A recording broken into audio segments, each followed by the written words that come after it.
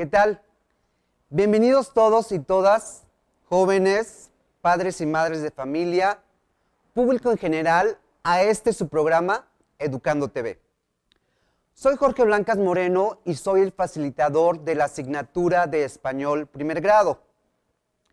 Vamos a iniciar esta sesión con una recomendación literaria. Les voy a recomendar a este escritor fascinante que se llama Mario Bellatín. Él escribe ficción.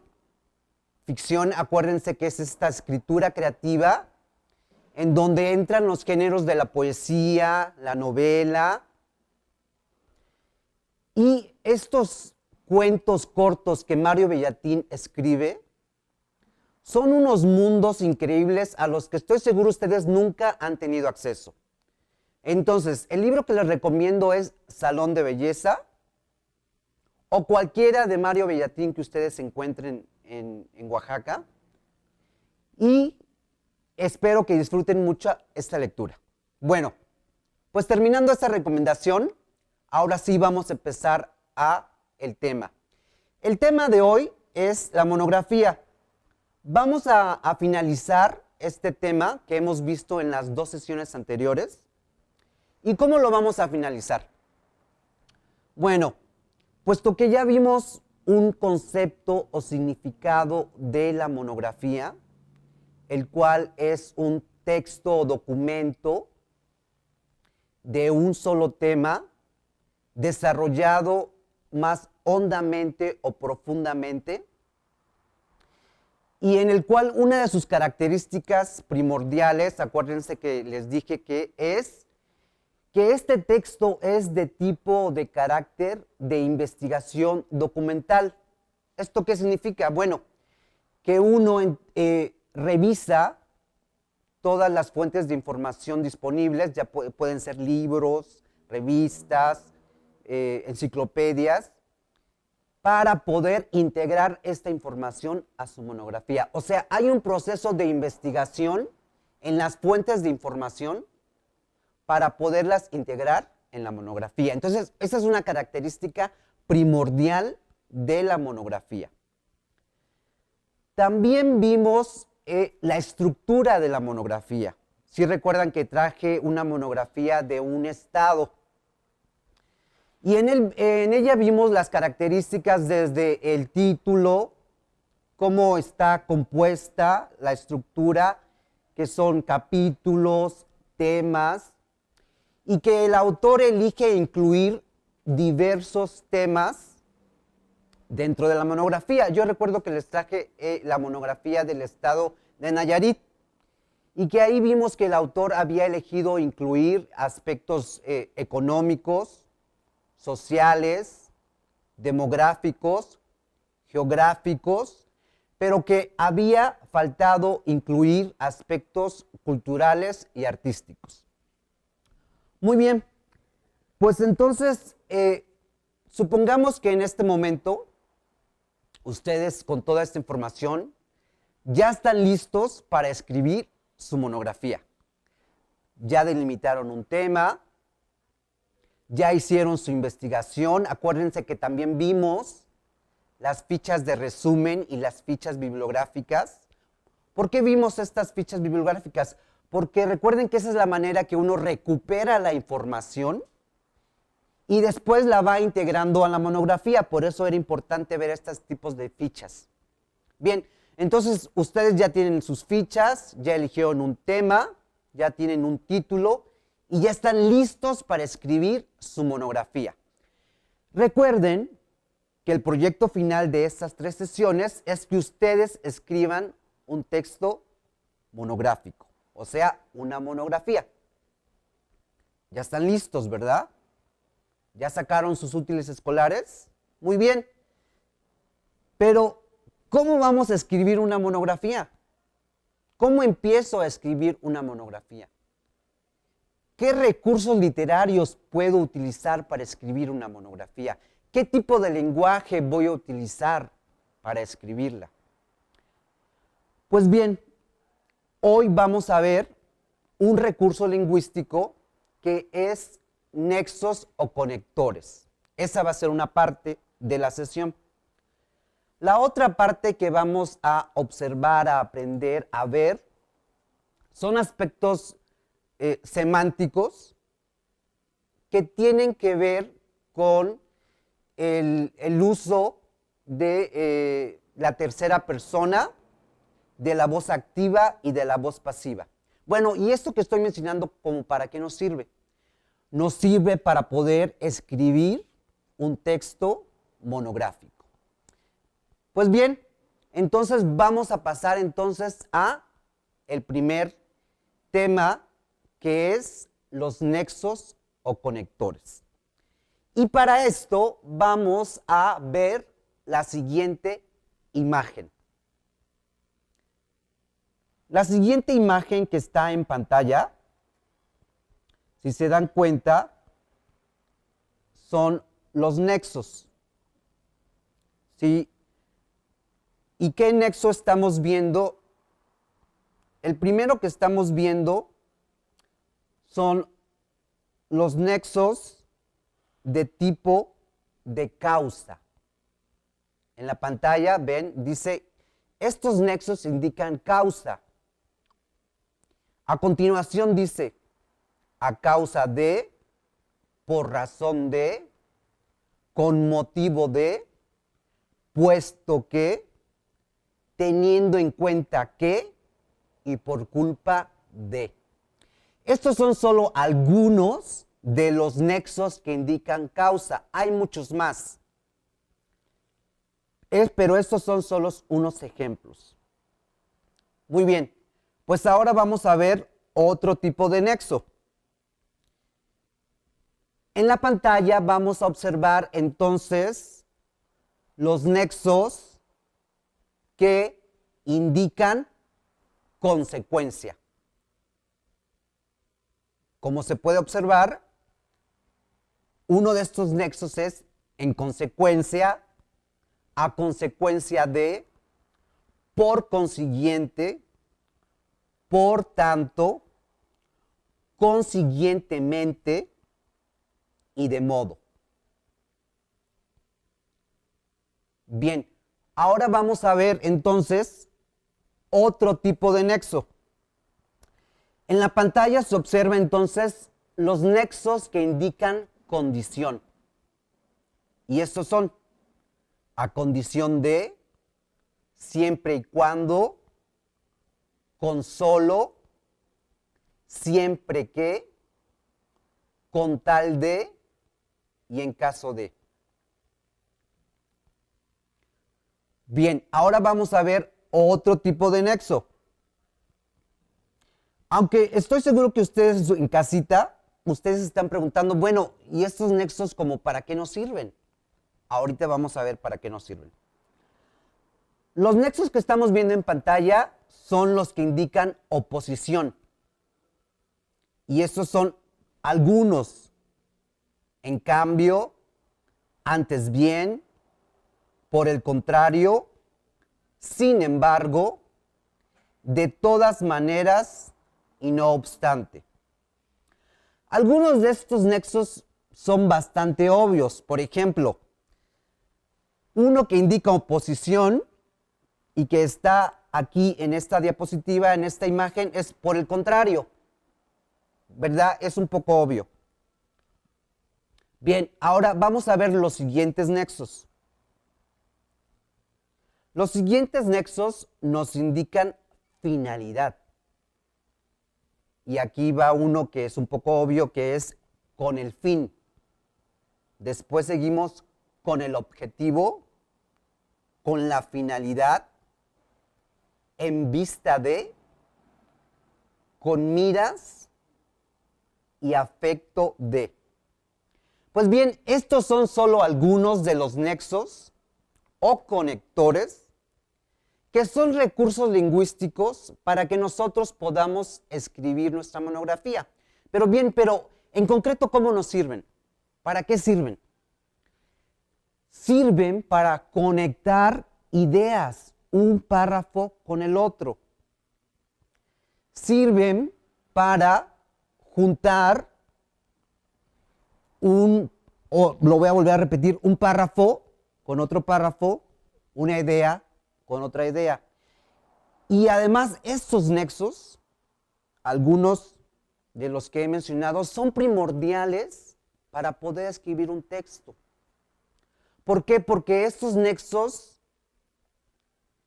brindan coherencia a nuestro texto, brindan cohesión a nuestro texto y implica entonces que nosotros estamos pudiendo redactar una buena monografía. ¿Les quedó claro entonces lo de los nexos o conectores? Muy bien. Pues entonces vamos a pasar al otro tema, que son aspectos semánticos. Estos aspectos semánticos, ¿para qué nos van a servir? Una vez más, nos van a servir para poder escribir y elaborar una buena monografía. Porque recuerden, el proyecto final de estas 3 sesiones de la monografía es que ustedes escriban su propia monografía y que ustedes puedan a lo mejor distribuirla en el ámbito escolar, en la escuela o con sus familiares.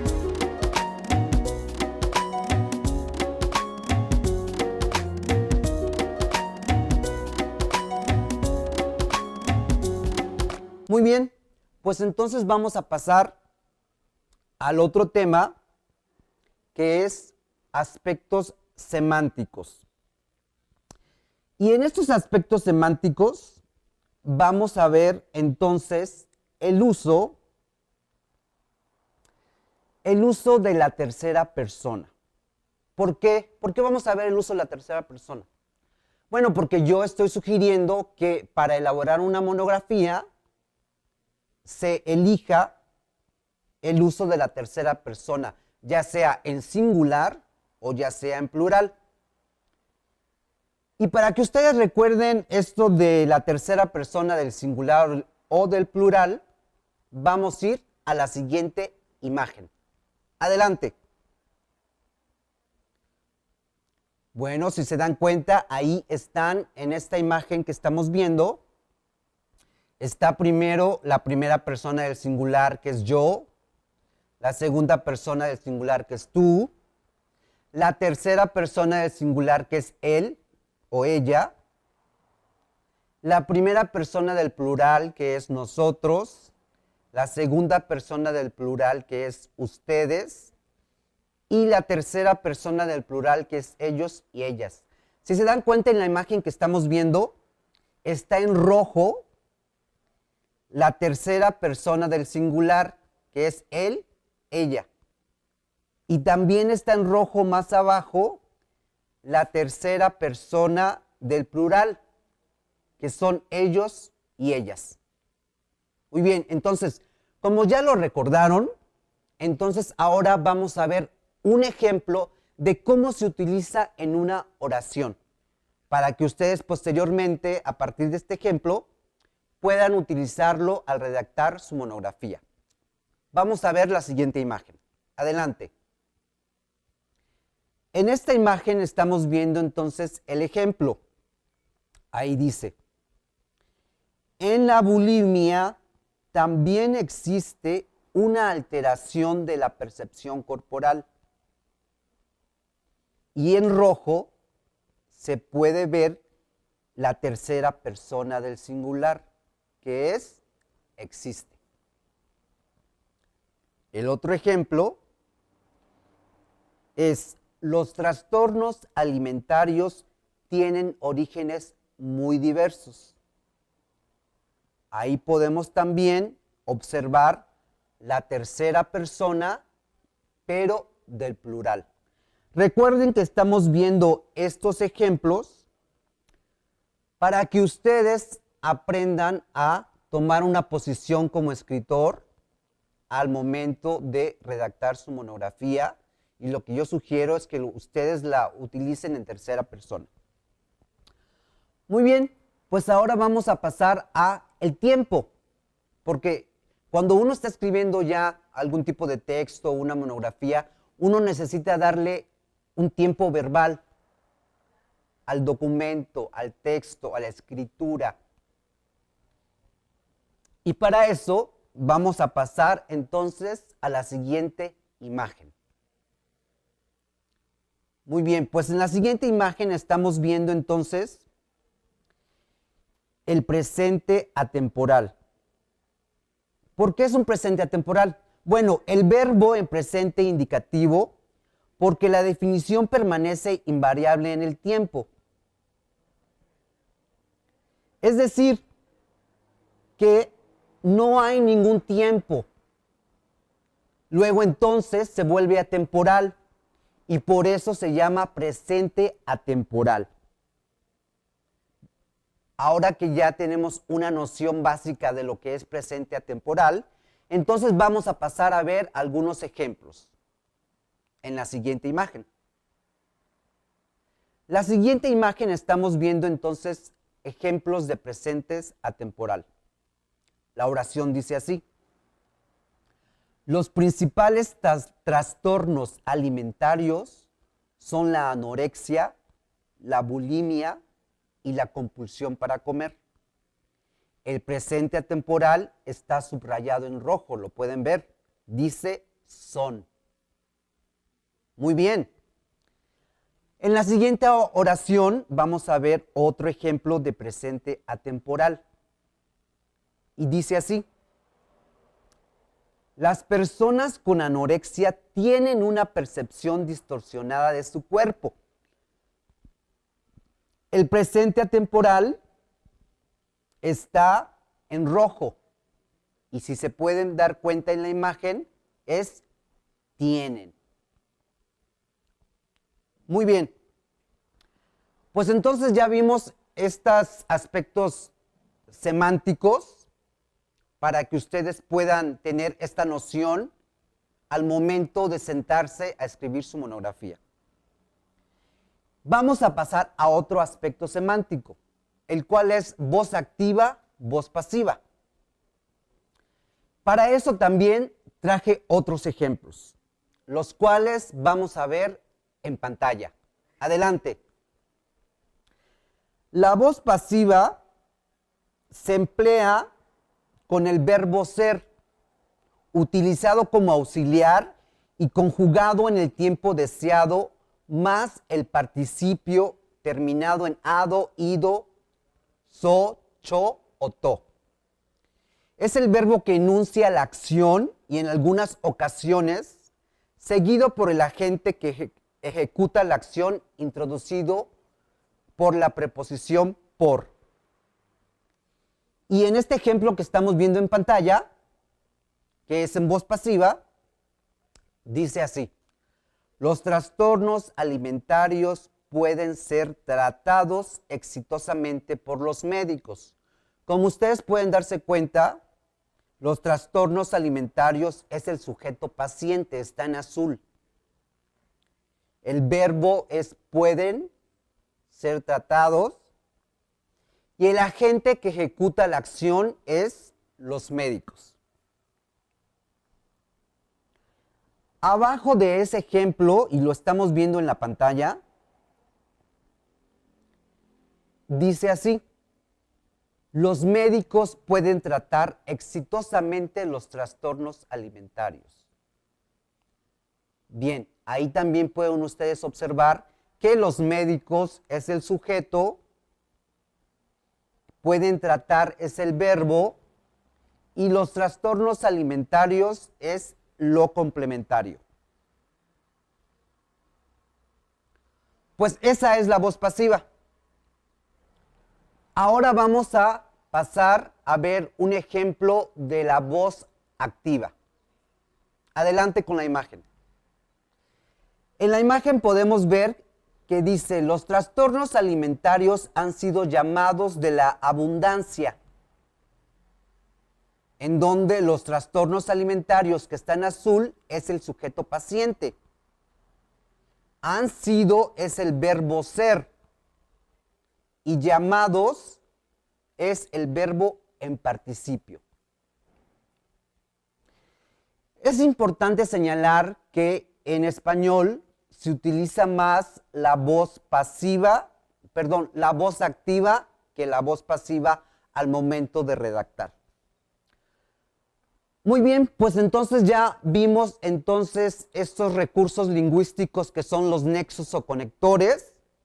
Vimos los aspectos sintácticos y semánticos, que son la voz pasiva, la voz activa, la tercera persona del plural y del singular. Y esto nos va a ayudar, son herramientas, elementos que nos ayudan a poder sentarnos y escribir un texto. Pues bien, pues como en esta sesión finalizamos este tema de la monografía, solo me queda pedirles pues que hagan su tarea, que revisen todo las notas que ustedes tomaron en estas 3 sesiones, que revisen su concepto, su definición, su función, sus características, la estructura de la monografía, cómo se integra la información a la monografía, y que entonces ustedes se sientan y empiecen a redactar su monografía. Recuerden que una monografía puede ser de cualquier tema: deportes, cultura, geografía, pintura, redes sociales. Ustedes pueden elegir cualquier tema. Y esa va a ser su tarea. Y con esta sesión vamos a finalizar este tema, que espero que les haya sido interesante, que les haya gustado, que hayan aprendido un poco más acerca de la monografía, porque si bien no recuerdo, ustedes ven la monografía en primaria, pero en la primaria es como una embarradita de lo que es la monografía, pero aquí ya ahondamos acerca de la forma y del contenido de la monografía. Y bueno, recuerden ustedes también que la monografía es algo que ustedes van a desarrollar en la preparatoria, en la universidad y posteriormente también en la maestría y el doctorado. ¿Por qué? Porque el tipo de escritura es lo que nos interesa. No le tengan miedo al texto, no le tengan miedo a la escritura. Acérquense al texto, a los libros, acérquense a ellos como si fuera una máquina, como si fuera un auto, como si fuera una licuadora. Y desarticulen ese texto como si fuera un auto, como si fuera una licuadora. Y aproxímense a los textos, a cualquier tipo de texto, ficción, novela, monografía. Aproxímense de esa manera. No les tengan miedo. Y yo espero que haberles transmitido de alguna manera un interés por la literatura, por los textos, por la escritura, por la comunicación escrita, por los recursos literarios, por los recursos lingüísticos y por todos estos elementos que integran cualquier tipo de texto. Pues bien, por mi parte, creo que eso es todo. Creo que cubrimos muchos temas y muchos elementos que integran a la monografía. Solo espero que ustedes suban algún tipo de texto de su monografía a alguna de las redes sociales, al YouTube, al Twitter, a la plataforma de Educando TV, para que nosotros veamos sus avances y nos daría mucho gusto entonces recibir sus trabajos. Pues por mi parte, eso es todo. Soy Jorge Blancas Moreno y nos vemos para la próxima sesión. ¡Hasta pronto!